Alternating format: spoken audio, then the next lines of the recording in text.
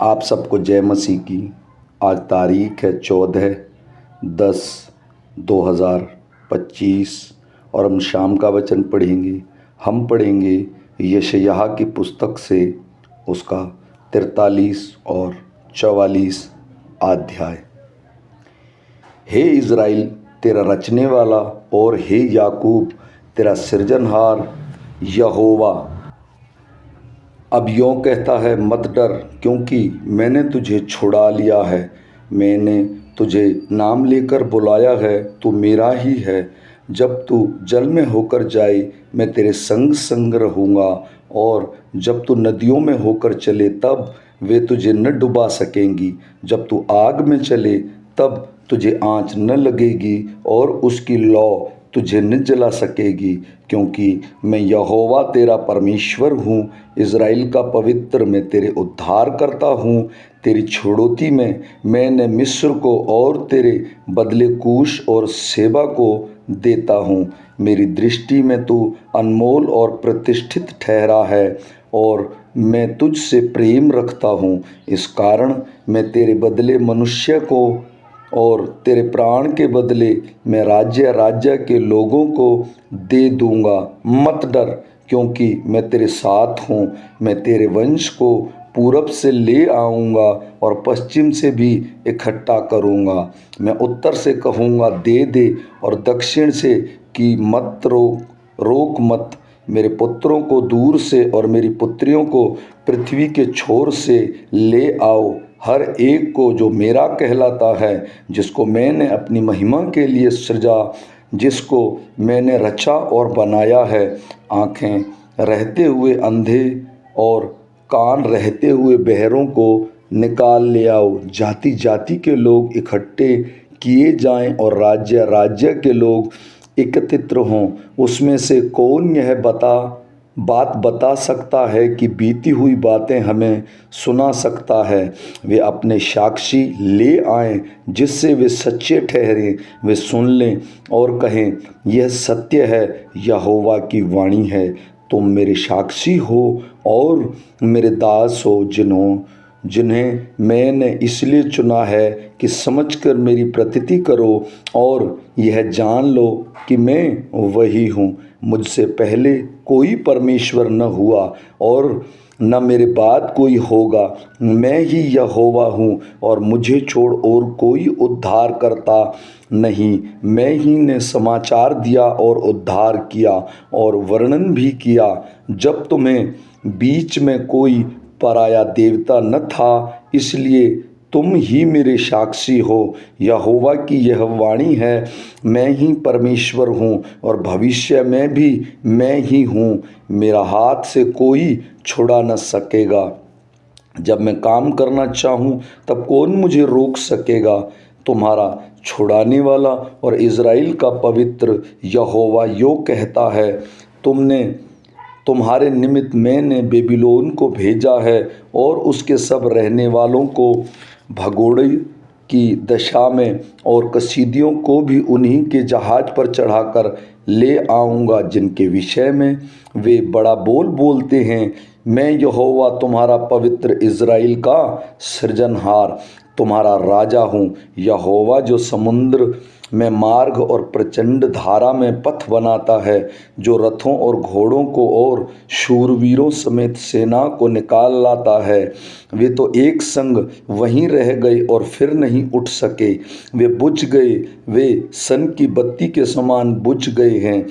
वह यों कहता है, अब बीती हुई घटनाओं को स्मरण मत करो, ना प्राचीन काल की बातों पर मन लगाओ। देखो, एक नई बात करता हूँ, वह अभी प्रकट होगी, क्या तुम इससे अनजान रहोगे? मैं जंगल में एक मार्ग बनाऊंगा और निर्जल देश में नदियां बहाऊंगा।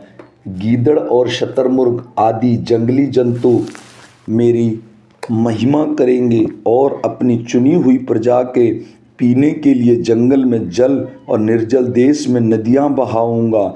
इस प्रजा को मैंने अपने लिए बनाया है कि वे मेरा गुण अनुवाद करें तो भी हे याकूब तूने मुझसे प्रार्थना नहीं की, वरन हे इज़राइल तू मुझसे उकता गया है। मेरे लिए होमबलि करने को तू मेमने नहीं लाया और ना मेल बलि चढ़ाकर मेरी महिमा की है।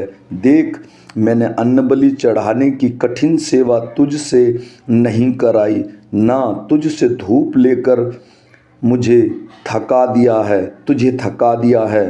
तू मेरे लिए सुगंधित नरकट रुपयों से मोल नहीं लाया और ना मेल बलियों की चर्बी मुझे तृप्त किया, परंतु तूने अपने पापों के कारण मुझ पर बोझ लाद दिया है और अपने अधर्म के कामों से मुझे थका दिया है।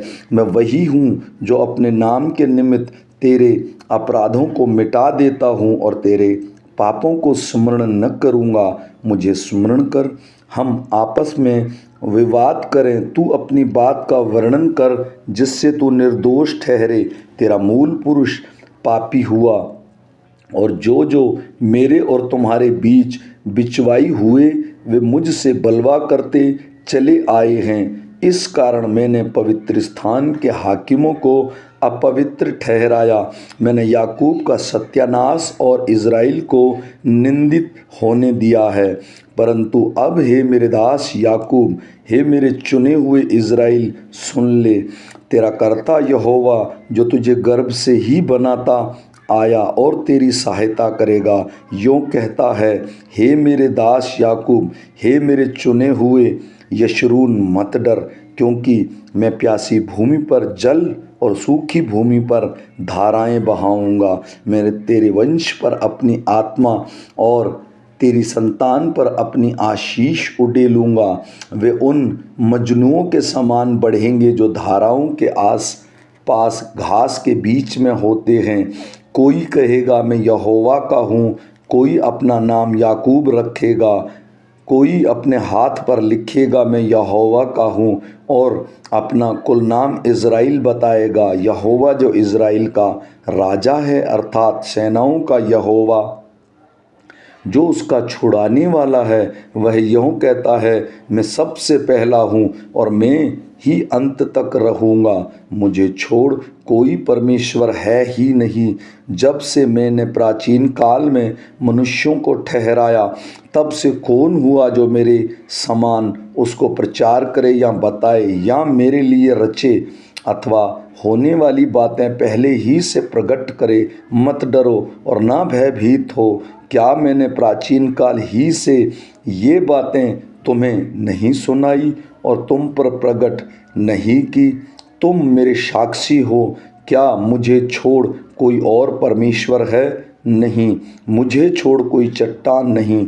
मैं किसी और को नहीं जानता। जो मूर्तें खोदकर बनाते हैं वे सब के सब व्यर्थ हैं और जिन वस्तुओं में वे आनंदित ढूंढते हैं वे उनसे कुछ लाभ न होगा। उनकी साक्षी ने तो आप कुछ देखते और ना कुछ जानते हैं, इसलिए उनको लज्जित होना पड़ेगा। किसी ने देवता या निष्फल मूरत ढाली है, देख उनके सब संगियों को तो लज्जित होना पड़ेगा। कारीगर तो मनुष्य ही है, वे सब के सब इकट्ठे होकर खड़े हों, वे डर जाएंगे, वे सब के सब लज्जित होंगे। लोहार एक बसूला अंगारों में बनाता और हथौड़े से गढ़कर तैयार करता है। अपने भुजबल से वह उसको बनाता है, फिर वह भूखा हो जाता है तो उसका बल घटता है। वह पानी नहीं पीता और थक जाता है। बढ़ाई सूत लगाकर टांकी से रेखा करता है, रंदनी से काम करता और प्रकार से रेखा खींचता है और उसका आकार और मनुष्य की सी सुंदरता बनाता है ताकि लोग उसे घर में रखें। वह देवदार को काटता या उन वृक्षों में से जाति जाति के बांज वृक्ष चुनकर देखभाल करता है। वह देवदार का एक वृक्ष लगाता है जो वर्षा का जल पाकर बढ़ता है। तब वह मनुष्यों के ईंधन के काम में आता है। वह उसमें से कुछ सुलगाकर तापता है, वह उसमें से जलाकर रोटी बनाता है, उसी से वह देवता भी बनाकर उसको दंडवत करता है। वह मूरत खोदकर उसके सामने प्रणाम करता है। उसका एक भाग तो वह आग में जलाता और दूसरे भाग से मांस पकाकर खाता है। वह मांस भूनकर तृप्त होता और फिर तापकर कहता है, आहा मैं गर्म हो गया। मैंने आग देखी है और उसके बीच बचे हुए भाग को वह एक देवता अर्थात एक मूर्ति खोद कर बनाता है। तब वह उसके सामने प्रणाम और दंडवत करता है और उसको प्रार्थना करके कहता है, मुझे बचा ले, क्योंकि तू मेरा देवता है। वे कुछ नहीं जानते, ना कुछ समझ रखते हैं, क्योंकि उनकी आँखें ऐसी बंद की गई हैं कि वे देख नहीं सकते और उनकी बुद्धि ऐसी कि वे बूझ नहीं सकते। कोई इस पर ध्यान नहीं करता और ना किसी को इतना ज्ञान या समझ रहती है कि कह सके, उसका एक भाग तो मैंने जला दिया और उसके कोयले पर रोटी बनाई और मांस भूनकर खाया है। फिर क्या मैं उसके बचे हुए भागों को घिनौनी वस्तु बनाऊं? क्या मैं काठ को प्रणाम करूं? वह राख खाता है और भरमाई हुई बुद्धि के कारण भटकाया जाता है और वह न अपने को बचा सकता और ना यह कह सकता है, क्या मेरे दाहिने हाथ में मिथ्या नहीं? हे याकूब, हे इज़राइल, इन बातों को स्मरण कर, तू मेरा दास है, मैंने तुझे रचा है। हे इज़राइल, तू मेरा दास है, मैं तुझको न भूलूंगा। मैंने तेरे अपराधों को काली घटा के समान और तेरे पापों को बादल के समान मिटा दिया है। मेरी ओर फिर लौट आ, क्योंकि मैंने तुझे छुड़ा लिया। हे आकाश, ऊंचे स्वर से गा, क्योंकि यहोवा ने यह काम किया है। हे पृथ्वी के गहरे स्थानों, जय जयकार करो। हे पहाड़ों, हे वन के सब वृक्षों, गला खोलकर ऊंचे स्वर से गाओ, क्योंकि यहोवा ने याकूब को छुड़ा लिया और इज़राइल में महिमावान होगा। यहोवा तेरा उद्धार करता, जो तुझे गर्भ ही से बनाता आया है, यूँ कहता है, मैं यहोवा के सब का बनाने वाला हूँ, जिसके अकेले ही आकाश को ताना और पृथ्वी को अपनी ही शक्ति से फैलाया है। मैं झूठे लोगों से कहे हुए चिन्हों को व्यर्थ कर देता और भावी कहलाने वालों को बावला कर देता हूँ। मैं बुद्धिमानों को पीछे हटा देता और उनकी पंडिताई को मूर्खता बनाता हूँ और अपने दास के वचन को पूरा करता और अपने दूतों की युक्ति को सफल करता हूँ। जो यरूशलेम के विषय कहता है वह फिर बसाई जाएगी और यहूदा के नगरों के विषय वे फिर बनाए जाएंगे और मैं उनके खंडरों को सुधारूंगा। जो गहरे जल से कहता है, तू सूख जा, मैं तेरी नदियों को सुखाऊंगा। जो कुस्त्रु के विषय में कहता है, वह मेरा ठहराया हुआ चरवाहा है और मेरी इच्छा पूरी करेगा। यरूशलेम के विषय कहता है, वह बसाई जाएगी और मंदिर के विषय तेरी नींव डाली जाएगी। आमीन।